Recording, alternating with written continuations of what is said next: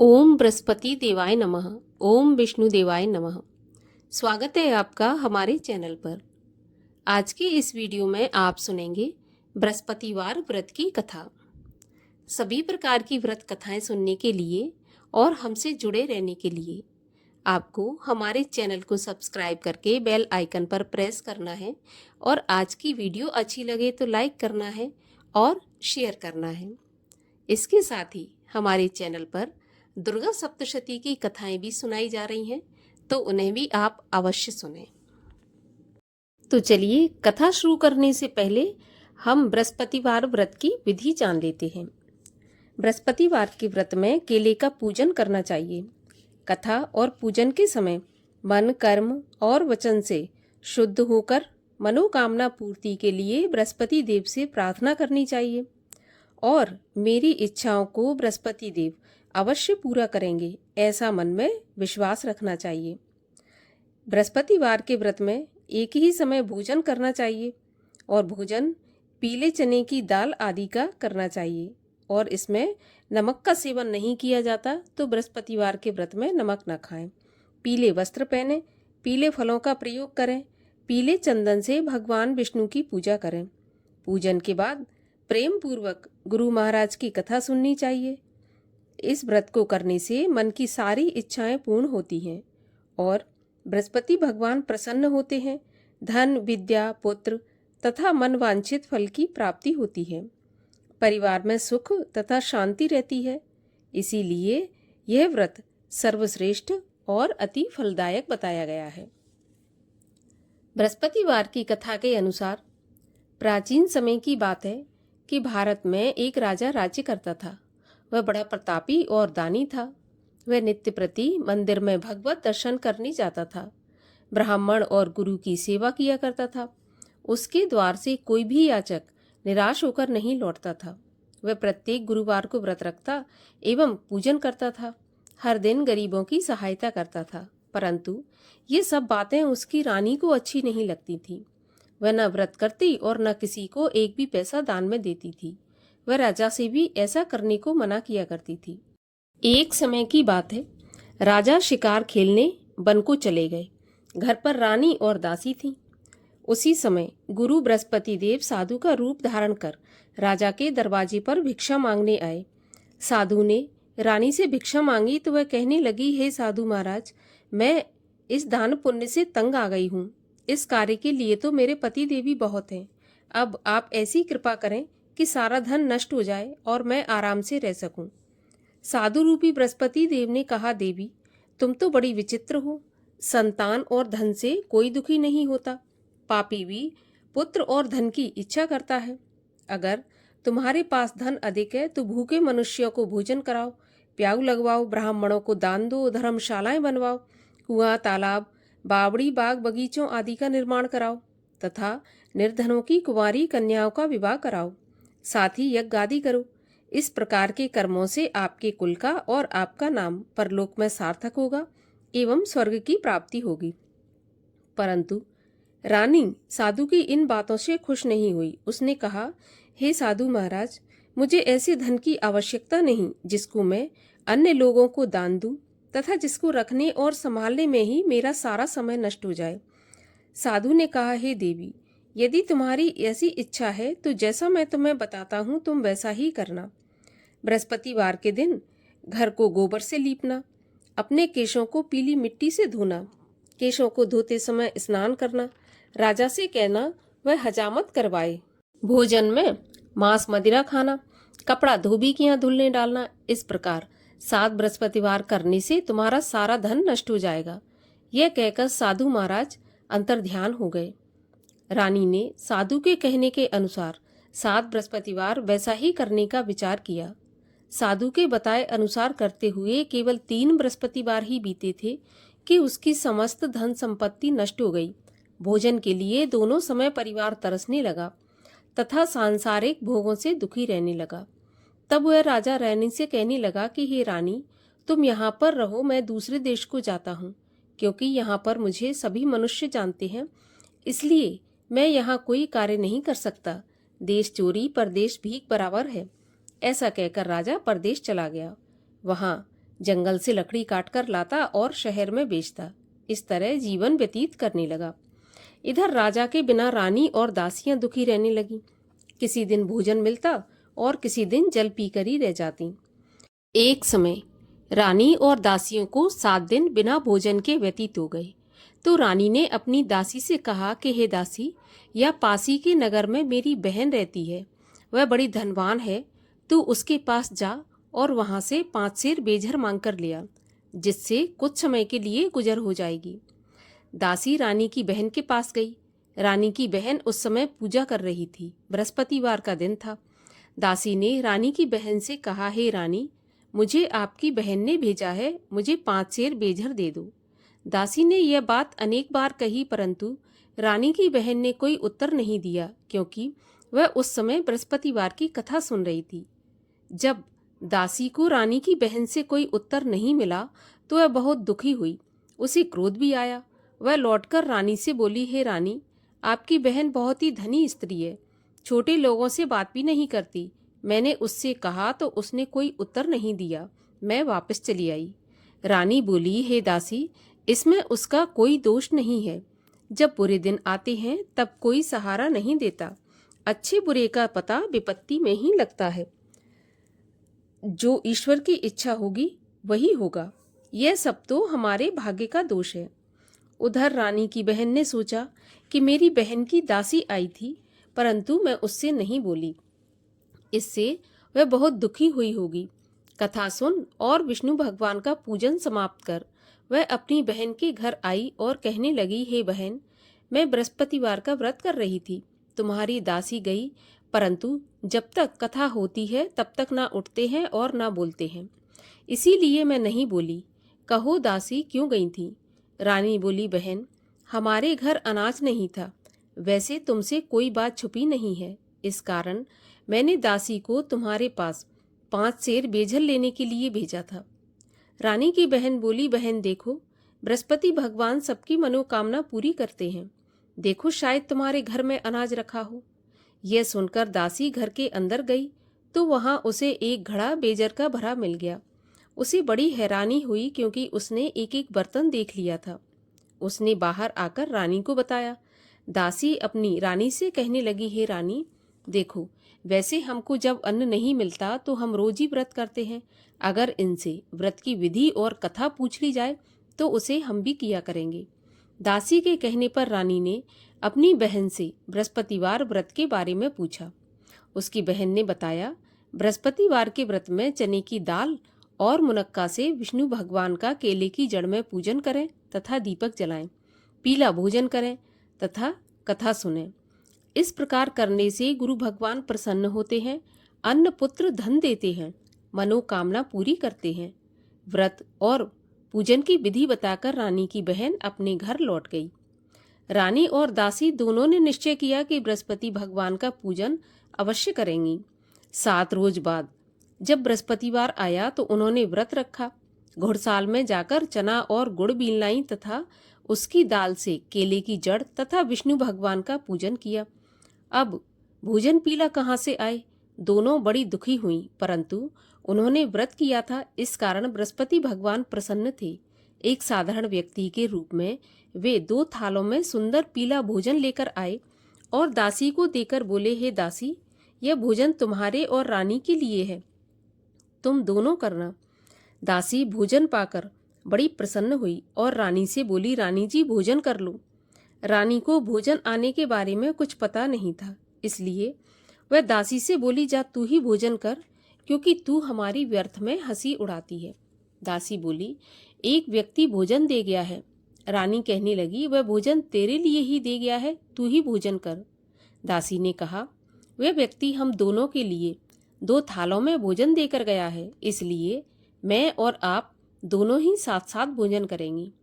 दोनों ने गुरु भगवान को नमस्कार करके भोजन प्रारंभ किया। उसके बाद से वे प्रत्येक बृहस्पतिवार को गुरु भगवान का व्रत और पूजन करने लगी। बृहस्पति भगवान की कृपा से उनके पास धन हो गया, परंतु रानी फिर पहले की तरह आलस करने लगी। तब दासी बोली, देखो रानी, तुम पहले भी इस प्रकार आलस करती थी, तुम्हें धन के रखने में कष्ट होता था, इस कारण सभी धन नष्ट हो गया। अब गुरु भगवान की कृपा से धन मिला है तो फिर तुम्हें आलस होता है। बड़ी मुसीबतों के बाद हमने यह धन पाया है, इसलिए हमें दान पुण्य करना चाहिए तथा भूखे मनुष्यों को भोजन कराओ, प्याऊ लगवाओ, ब्राह्मणों को दान दो, कुआं, तालाब, बावड़ी आदि का निर्माण करवाओ, मंदिर, पाठशाला बनवाकर दान दो, कुंवारी कन्याओं का विवाह करवाओ, धन को शुभ कार्यों में खर्च करो, जिससे तुम्हारे कुल का यश बढ़े तथा स्वर्ग प्राप्त हो और पितृ प्रसन्न हो। दासी की बात मानकर रानी ने इसी प्रकार के कर्म करने प्रारंभ किए। अब तो रानी का काफी यश फैलने लगा। एक दिन रानी और दासी आपस में विचार करने लगी कि न जाने राजा किस दशा में होंगे, उनकी कोई खोज खबर नहीं है। गुरु भगवान से उन्होंने प्रार्थना की और भगवान ने रात्रि में राजा को स्वप्न में कहा कि हे राजा, उठ, तेरी रानी तुझको याद करती है, अब अपने देश को लौट जा। राजा प्रातःकाल उठा। वह विचार करने लगा कि स्त्री जाति खाने और पहनने की ही साथी होती है, पर भगवान की आज्ञा मानकर वह अपने नगर को चलने के लिए तैयार हुआ। जब राजा परदेश गया तो परदेश में बहुत दुखी रहने लगा था। प्रतिदिन जंगल से लकड़ी बीन कर लाता और उसे शहर में बेचकर अपने दुखी जीवन को बड़ी कठिनता से व्यतीत करता था। एक दिन राजा दुखी हो अपनी पुरानी बातों को याद करके रोने लगा। उस जंगल में बृहस्पति देव एक साधु का रूप धारण करके आए और राजा के पास आकर बोले, हे लकड़हारे, तुम इस सुनसान जंगल में किस चिंता में बैठे हो, मुझे बताओ। यह सुनकर राजा के नेत्रों में जल भर आया और साधु की वंदना करके बोला, हे प्रभु, आप सब कुछ जानने वाले हैं। इतना कहकर राजा ने साधु को अपनी संपूर्ण कहानी सुना दी। महात्मा दयालु होते हैं। वे राजा से बोले, हे राजा, तुम्हारी पत्नी ने बृहस्पति देव के प्रति अपराध किया था, जिसके कारण तुम्हारी यह दशा हुई। अब तुम किसी प्रकार की चिंता मत करो, भगवान तुम्हें पहले से अधिक धन देंगे। देखो, तुम्हारी पत्नी ने बृहस्पतिवार का व्रत प्रारंभ कर दिया है। अब तुम भी बृहस्पतिवार का व्रत करके चने की दाल व गुड़ जल के लोटे में डालकर केले का पूजन करो, फिर कथा कहो या सुनो, भगवान तुम्हारी सब कामनाओं को पूरा करेंगे।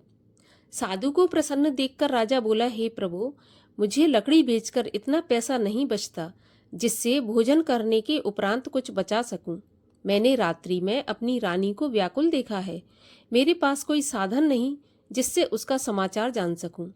फिर मैं बृहस्पति देव की क्या कहानी कहूं, यह भी मुझको मालूम नहीं है। साधु ने कहा, हे राजा, तुम किसी बात की चिंता मत करो। बृहस्पतिवार के दिन तुम रोज की तरह लकड़ियां लेकर शहर में जाओ। तुम्हें रोज से दुगना धन प्राप्त होगा, जिससे तुम भली भांति भोजन कर लोगे तथा बृहस्पति देव की पूजा का सामान भी आ जाएगा। और बृहस्पतिवार की कहानी इस प्रकार से है। प्राचीन काल में एक बहुत ही निर्धन ब्राह्मण था। उसकी कोई संतान नहीं थी। वह नित्य पूजा पाठ करता, परंतु उसकी स्त्री बहुत मलिनता के साथ रहती थी। वह न स्नान करती और न किसी देवता का पूजन करती। प्रातःकाल उठते ही सबसे पहले भोजन करती, बाद में अन्य कार्य करती। ब्राह्मण देवता बहुत दुखी रहते थे। पत्नी को बहुत समझाते, किंतु उसका कोई परिणाम नहीं निकलता। भगवान की कृपा से ब्राह्मण की स्त्री की कन्या उत्पन्न हुई। वह कन्या अपने पिता के घर में बड़ी होने लगी। वह बालिका प्रातः स्नान करके भगवान विष्णु का जप करती, बृहस्पतिवार का व्रत भी करने लगी। पूजा पाठ समाप्त करके स्कूल जाती तो अपनी मुट्ठी में जौ भर के ले जाती और पाठशाला के मार्ग में डालती जाती। वही जौ सोने के हो जाते तो उनको बीनकर घर ले आती थी। एक समय वह बालिका सूप में उन सोने के जौ को फटक कर साफ कर रही थी। तभी उसकी माँ ने देख लिया और कहा, हे बेटी, सोने के जौ को फटकने के लिए सोने का सूप होना चाहिए। दूसरे दिन गुरुवार था। इस कन्या ने व्रत रखा और बृहस्पति देव से प्रार्थना करके कहा कि प्रभु, यदि मैंने सच्चे मन से आपकी पूजा की हो तो मुझे सोने का सूप दे दो। बृहस्पति देव ने उसकी प्रार्थना स्वीकार कर ली। रोज की तरह वह कन्या जौ फैलाती हुई स्कूल चली गई। स्कूल से लौटकर जब जौ बीन रही थी तो बृहस्पति देव की कृपा से उसे सोने का सूप मिला। उसे वह घर ले आई और उसमें जौ साफ करने लगी, परंतु उसकी माँ का वही ढंग रहा। एक दिन की बात है, वह कन्या सोने के सूप में जौ साफ कर रही थी। उस समय उस नगर का राजकुमार वहां से होकर निकला। इस कन्या के रूप और कार्य को देखकर उस कन्या पर मोहित हो गया। राजमहल आकर भोजन तथा जल त्याग कर उदास होकर लेट गया। राजा को जब राजकुमार द्वारा अन्न जल त्यागने का समाचार ज्ञात हुआ तो अपने मंत्रियों के साथ वह अपने पुत्र के पास गए और बोले, हे बेटा, तुम्हें किस बात का कष्ट है? किसी ने अपमान किया है अथवा कोई और कारण है तो मुझे बताओ, मैं वही करूंगा जिससे तुम्हें प्रसन्नता हो। तब राजकुमार ने अपने पिता की बातें सुनी तो वह बोला, मुझे आपकी कृपा से किसी बात का दुख नहीं है। किसी ने मेरा अपमान नहीं किया, परंतु मैं उस लड़की के साथ विवाह करना चाहता हूँ जो सोने के सूप में जौ साफ कर रही थी। यह सुनकर राजा आश्चर्य में पड़ गया और बोला, हे बेटा, इस तरह की कन्या का पता तुम ही लगाओ, मैं उसके साथ तुम्हारा विवाह अवश्य ही करवा दूंगा। राजकुमार ने राजा को उस लड़की के घर का पता बताया। तब मंत्री उस लड़की के घर गया और राजा का आदेश ब्राह्मण को सुनाया। कुछ ही दिन बाद ब्राह्मण की कन्या का विवाह राजकुमार के साथ संपन्न हो गया। कन्या के घर से जाते ही उस ब्राह्मण देवता के घर में पहले की भांति गरीबी का निवास हो गया। अब भोजन के लिए भी अन्न बड़ी मुश्किल से मिलता था।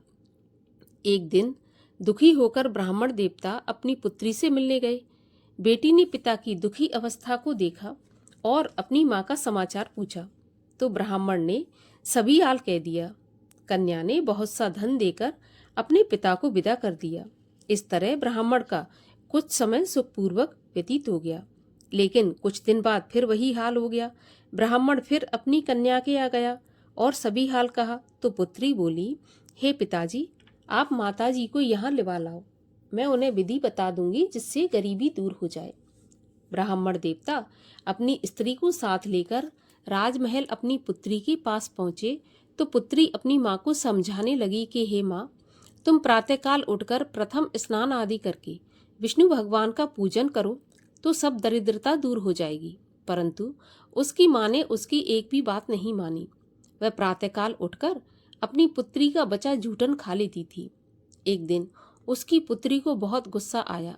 उसने एक रात को कोठरी से सारा सामान निकाल दिया और अपनी माँ को उसमें बंद कर दिया।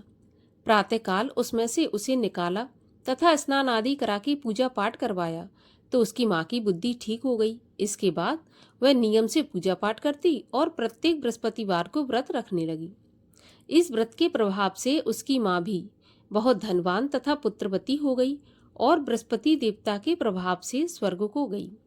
वह ब्राह्मण भी सुखपूर्वक इस लोक का सुख भोग कर स्वर्ग को प्राप्त हुआ। इस तरह कहानी कहकर साधु देवता वहां से अंतर्ध्यान हो गए। धीरे धीरे समय व्यतीत होने पर फिर बृहस्पतिवार का दिन आया। राजा जंगल से लकड़ी काटकर किसी शहर में बेचने गया। उसे उस दिन और दिनों से अधिक धन मिला। राजा ने चना गुड़ आदि लाकर गुरुवार का व्रत किया। उस दिन से उसके सभी क्लेश दूर हुए, परंतु जब अगला गुरुवार आया तो वह व्रत करना भूल गया। इस कारण बृहस्पति भगवान नाराज हो गए। उस दिन उस नगर के राजा ने विशाल यज्ञ का आयोजन किया तथा अपने समस्त राज्य में घोषणा करवा दी कि कोई भी मनुष्य अपने घर भोजन न बनाए तथा आग भी न जलाए। समस्त जनता मेरे यहाँ भोजन करने आई और इस आज्ञा को जो नहीं मानेगा उसको फांसी की सजा दी जाएगी। राजा की आज्ञा के अनुसार राज्य के सभी वासी राजा के भोज में सम्मिलित हुए, लेकिन लकड़हारा कुछ देर से पहुंचा, इसलिए राजा उसको अपने साथ महल में ले गए। जब राजा लकड़हारे को भोजन करा रहे थे तो रानी की दृष्टि उस खूंटी पर पड़ी जिस पर उसका हार लटका हुआ था। उसे हार खूंटी पर लटका दिखाई नहीं दिया तो रानी को निश्चय हो गया कि मेरा हार इस लकड़हारे ने चुरा लिया है। उसी समय सैनिक बुलवाकर उसको जेल खाने में डलवा दिया। जब लकड़हारा जेल खाने में गया तो बहुत दुखी होकर विचार करने लगा कि न जाने कौन से पूर्व जन्म के कर्म से मुझे यह दुख प्राप्त हुआ है, और उसी साधु को याद करने लगा जो कि जंगल में मिला था। तत्काल बृहस्पति देव साधु के रूप में प्रकट हो गए और उसकी दशा को देखकर कहने लगे, अरे मूर्ख, तूने बृहस्पति देवता की कथा नहीं की, इसी कारण तुझे दुख प्राप्त हुआ है। अब चिंता मत कर, बृहस्पतिवार के दिन जेल खाने के दरवाजे पर 4 पैसे पड़े मिलेंगे, उनसे तू बृहस्पति देव की पूजा करना तो तेरे सभी कष्ट दूर हो जाएंगे। अगले बृहस्पतिवार उसे जेल के द्वार पर 4 पैसे मिले। राजा ने पूजा का सामान मंगवाकर कथा कही और प्रसाद बांटा। उसी रात्रि को बृहस्पति देव ने उस नगर के राजा को स्वप्न में कहा कि हे राजा, तूने जिस आदमी को जेल खाने में बंद कर दिया है वह निर्दोष है, वह राजा है, उसे छोड़ देना। रानी का हार उसी खूंटी पर लटका हुआ है। अगर तू ऐसा नहीं करेगा तो मैं तेरे राज्य को नष्ट कर दूंगा। राजा प्रातःकाल उठा और खूंटी पर हार टंगा देखकर लकड़हारे को बुलाकर क्षमा मांगी तथा राजा के योग्य सुंदर वस्त्र आभूषण भेंट कर उसे विदा किया। गुरुदेव की आज्ञा के अनुसार राजा अपने नगर को चल दिया। राजा जब नगर के निकट पहुंचा तो उसे बड़ा आश्चर्य हुआ। नगर में पहले से अधिक बाग, तालाब, कुएं तथा बहुत सी धर्मशालाएं, मंदिर आदि बने हुए थे। राजा ने पूछा, यह किसका बाग और धर्मशाला है? तब नगर के सब लोग कहने लगे, यह सब रानी और दासी के द्वारा बनवाए गए हैं। राजा को आश्चर्य हुआ और गुस्सा भी आया।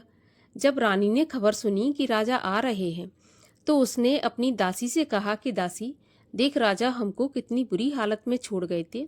हमारी ऐसी हालत देखकर वह लौट न जाए, इसलिए तू दरवाजे पर खड़ी हो जा। तो रानी की आज्ञा के अनुसार दासी दरवाजे पर खड़ी हो गई। जब राजा आए तो उन्हें अपने साथ महल में लिवा लाई।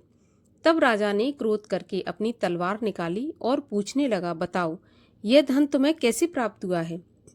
तब रानी ने बताया, हमें यह धन बृहस्पति देव के व्रत के प्रभाव से प्राप्त हुआ है। राजा ने निश्चय किया कि 7 रोज बाद तो सभी बृहस्पति देव का पूजन करते हैं, परंतु मैं रोजाना दिन में 3 बार कथा कहा करूंगा तथा रोज व्रत किया करूंगा। अब हर समय राजा के दुपट्टे में चने की दाल बंधी रहती तथा दिन में 3 बार कथा कहता। एक रोज राजा ने विचार किया कि चलो अपनी बहन के यहाँ हो आऊं।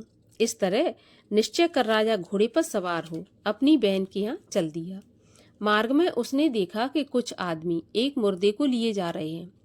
उन्हें रोककर राजा कहने लगा, अरे भाइयों, मेरी बृहस्पति देव की कथा सुन लो। वे बोले, लो, हमारा तो आदमी मर गया, इसको अपनी कथा की पड़ी है। परंतु कुछ आदमी बोले, अच्छा कहो, हम तुम्हारी कथा भी सुनेंगे। राजा ने दाल निकाली और कथा कहनी शुरू कर दी। जब कथा आधी हुई थी तो मुर्दा हिलने लगा और जब कथा समाप्त हुई तो राम राम करके वह मुर्दा उठकर खड़ा हो गया। राजा आगे बढ़ा। उसे चलते चलते शाम हो गई। आगे मार्ग में उसे किसान खेत में हल चलाता मिला। राजा उससे बोला, अरे भैया, तुम मेरी बृहस्पतिवार की कथा सुन लो। किसान बोला, जब तक मैं तेरी कथा सुनूंगा तब तक 4 हरैया जोत लूंगा। जा अपनी कथा किसी और को सुनाना। राजा आगे चलने लगा। राजा के हटते ही बैल पछाड़ खाकर गिर गए तथा किसान के पेट में बहुत जोर से दर्द होने लगा। उसी समय किसान की पत्नी रोटी लेकर आई। उसने जब यह देखा तो अपने पुत्र से सब हाल पूछा और बेटे ने सभी हाल बता दिया। तो बुढ़िया दौड़ी दौड़ी उस घुड़सवार के पास गई और उससे बोली, मैं तेरी कथा सुनूंगी, तू अपनी कथा मेरे खेत पर चलकर ही कहना। राजा ने लौटकर बुढ़िया के खेत पर जाकर कथा कही, जिसके सुनते ही बैल खड़े हो गए तथा किसान के पेट का दर्द भी बंद हो गया। राजा अपनी बहन के घर पहुंच गया। बहन ने भाई की खूब मेहमानी की। दूसरे दिन सुबह राजा जगा तो वह देखने लगा कि सब लोग भोजन कर रहे हैं। राजा ने अपनी बहन से पूछा, ऐसा कोई मनुष्य है जिसने भोजन नहीं किया हो, जो मेरी बृहस्पतिवार की कथा सुन ले? तो बहन बोली, भैया, यह देश ऐसा ही है। पहले यहाँ के लोग भोजन करते हैं, बाद में अन्य काम करते हैं। अगर कोई पड़ोस में हो तो मैं देखकर आती हूँ। ऐसा कहकर बहन देखने चली गई, परंतु उसे कोई भी ऐसा व्यक्ति नहीं मिला जिसने भोजन नहीं किया हो। वह एक कुम्हार के घर गई जिसका लड़का बीमार था। उसे मालूम हुआ कि उसके यहाँ 3 दिन से किसी ने भोजन नहीं किया। रानी ने अपने भाई की कथा सुनने के लिए कुम्हार से कहा तो वह तैयार हो गया। राजा ने जाकर बृहस्पतिवार की कथा कही, जिसको सुनकर उसका लड़का ठीक हो गया। अब तो राजा की प्रशंसा होने लगी। एक दिन राजा ने अपनी बहन से कहा कि बहन, मैं अपने घर को जाऊंगा, तुम भी तैयार हो जाओ। राजा की बहन ने अपनी सास से कहा। सास ने कहा, हाँ चली जा, परंतु अपने लड़कों को मत ले जाना, क्योंकि तेरे भाई के तो कोई संतान नहीं है। बहन ने अपने भाई से कहा, भैया, मैं तो चलूंगी पर कोई बालक नहीं जाएगा। राजा ने कहा, जब कोई बालक नहीं चलेगा तो तुम क्या करोगी? बड़े दुखी मन से राजा अपने नगर को लौट आया। राजा ने अपनी रानी से कहा, हम निर्वंशी राजा हैं, हमारा मुंह देखने का भी धर्म नहीं है। और राजा बिना भोजन किए ही शैया पर लेट गया। तब रानी बोली, हे प्रभु, बृहस्पति देव ने हमें सब कुछ दिया है, वे हमें संतान भी अवश्य देंगे। उसी रात को बृहस्पति देव ने राजा से सपने में कहा कि राजा उठ, सभी सोच त्याग दे, तेरी रानी गर्भवती है। राजा को यह जानकर बड़ी खुशी हुई। 9वें महीने रानी के गर्भ से एक सुंदर पुत्र पैदा हुआ। तब राजा बोला, हे रानी, स्त्री बिना भोजन के रह सकती है, बिना कहे नहीं रह सकती। जब मेरी बहन आए तो तुम मुझसे कुछ कहना मत।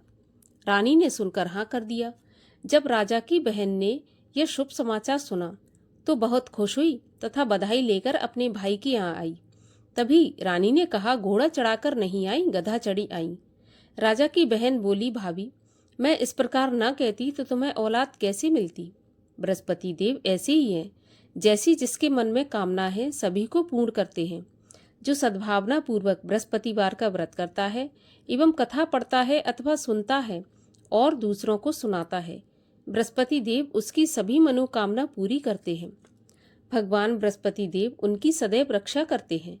जो संसार में सद्भावना से गुरुदेव का पूजन एवं व्रत सच्चे हृदय से करते हैं, उनकी सभी मनोकामनाएं पूरी होती हैं।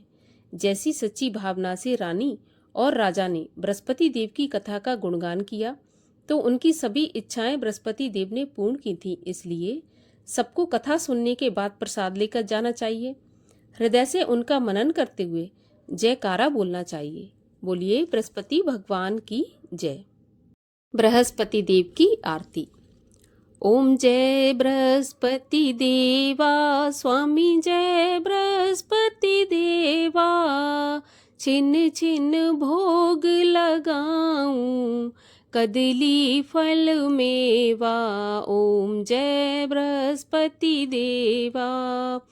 तुम पूर्ण परमात्मा, तुम अंतर्यामी, जगत पिता जगदीश्वर, तुम सबके स्वामी। ओम जय बृहस्पति देवा। चरणामृत निज निर्मल, सब पातक हरता, सकल मनोरथ दायक, कृपा करो भरता। ओम जय बृहस्पति देवा। तन मन धन अर्पण कर, जो जन शरण पड़े, प्रभु प्रकट तब हो कर, आकर द्वार खड़े। ओम जय बृहस्पति देवा। दीन दयाल दयानिधि, भक्तन हितकारी, पाप दोष सब हरता, भव बंधन हारी। ओम जय बृहस्पति देवा। सकल मनोरथ दायक, सब संशय हारो, विषय विकार मिटाओ, संतन सुखकारी। ओम जय बृहस्पति देवा। जो कोई आरती तेरी प्रेम सहित गावे, जेठानंद आनंद कर, सो निश्चय पावे। ओम जय बृहस्पति देवा। बोलो विष्णु भगवान की जय।